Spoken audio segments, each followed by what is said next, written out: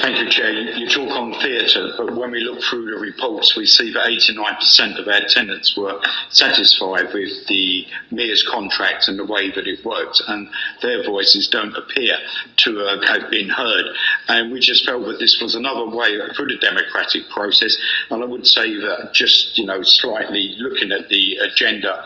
for, obviously, the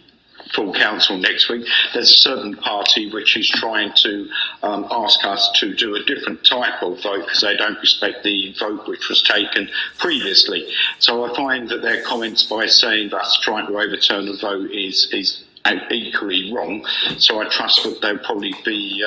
thinking of that next Thursday when they bring that to the Chamber for debate. I hear everything that's said, and I do understand that there are pressures and principles which go upon us all inside and outside of the council, which sometimes does affect us. But we felt that this was not us trying to necessarily, or has been suggested, overturn a decision that had been made, but was by trying to engage and make sure that all the councillors were represented at an opportunity, and I take on board your comments, they could have contacted you, but in open debate to be able to stand up and say what their views were, to represent their actual tenants and their walls. There was no advantage to us as a Conservative group in this for us just to stand and speak, but it was to give parties, all three parties, the opportunity to have a democratic process so that they could all stand up and say that they had been representing their tenants and their ward members, and also that they'd be listening to the consultation which was sent out by them.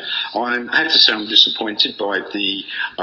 responses from both other parties here. I'm not surprised, but I do see the direction of travel, and I understand that we will probably lose this amendment, and I look forward now to obviously moving on to our second amendment, which I hope will have better success.